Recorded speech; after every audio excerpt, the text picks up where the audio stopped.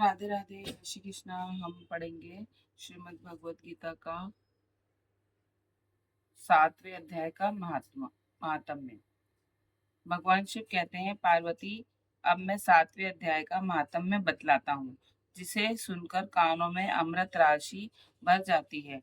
पाटलिपुत्र नामक एक दुर्गम नगर है, जिसको गोपुर द्वार बहुत ही ऊंचा है। उस नगर में संडुकुकर्ण नामक एक ब्राह्मण रहता था। उसने वैश्य वृत्ति का आश्रय लेकर बहुत धन कमाया, किंतु ना तो कभी पितरों का तर्पण किया और ना ही देवताओं का पूजन ही। वह धनोपार्जन में तत्पर होकर राजाओं को ही भोज दिया करता था। एक समय की बात है, उस ब्राह्मण ने अपना चौथा विवाह करने के लिए पुत्रों और बंधुओं के साथ यात्रा की। मार्ग में आधी रात के समय जब वह तब सो रहा था, एक सर्प ने कहीं से आकर उसकी बाह में काट लिया। उसके काटते ही ऐसी अवस्था हो गई कि मणि, मंत्र और औषधि आदि से भी उसके शरीर की रक्षा असाध्य जान पड़ी। तत्पश्चात कुछ ही क्षणों में उसके प्राण पखेरु उड़ गए। फिर बहुत समय के बाद वह प्रेत सर्प योनि में उत्पन्न हुआ। उसका चित्त धन की वासना में बंधा था। उसने पूर्व वृतांत को स्मरण करके सोचा, मैंने जो घर के बाहर करोड़ों की संख्या में अपना धन गाड़ रखा है, इससे उससे इन पुत्रों को वंचित करके स्वयं ही उसकी रक्षा करूंगा। एक दिन सांप की योनि से पीड़ित होकर पिता ने स्वप्न में अपने पुत्रों के समक्ष आकर अपना मनोभाव बताया। तब उसके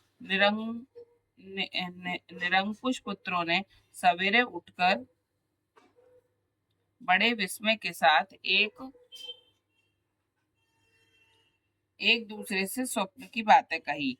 उनमें से मझला पुत्र कुदाल हाथ में लिए घर से निकला और जहां उसके पिता सर्प योनि धारण करके रहते थे, उस स्थान पर गया। यद्यपि उसे धन के स्थान का ठीक ठीक पता नहीं था, तो भी उसने चिन्हों से उसका ठीक निश्चय कर लिया और लोभ वृद्धि से वहां पहुंचकर बाबी को खोदना आरंभ किया। तब उस बाबी से भयानक सांप प्रकट हुआ और बोला, ओ मूढ़, तू कौन है? किस लिए आया है? क्यों बिल खोद रहा है? अथवा किसने तुझे भेजा है? ये सारी बातें मेरे सामने बता। पुत्र बोला, मैं आपका पुत्र हूँ, मेरा नाम शिव है। मैं रात्रि में सोते हुए स्वप्न से विस्मित होकर यहाँ का स्वर्ण लेने के कौतूहल से आया हूँ।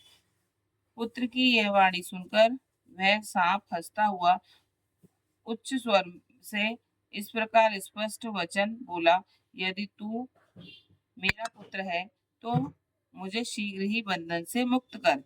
मैं पूर्व जन्म के गाड़े हुए धन के लिए सर्प योनि में उत्पन्न हुआ हूँ।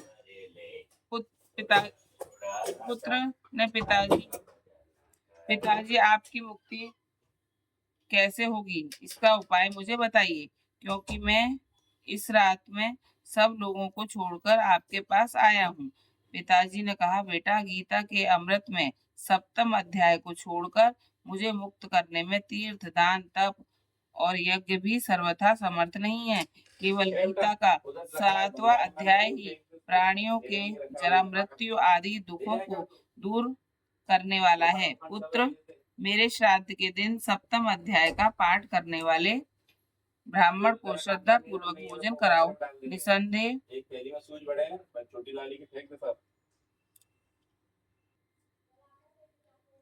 इससे निसंदेह मेरी मुक्ति हो जाएगी। वत्स, अपनी शक्ति के अनुसार पूर्ण श्रद्धा के साथ वेद विद्या में प्रवीण अन्य ब्राह्मणों को भी भोजन कराना।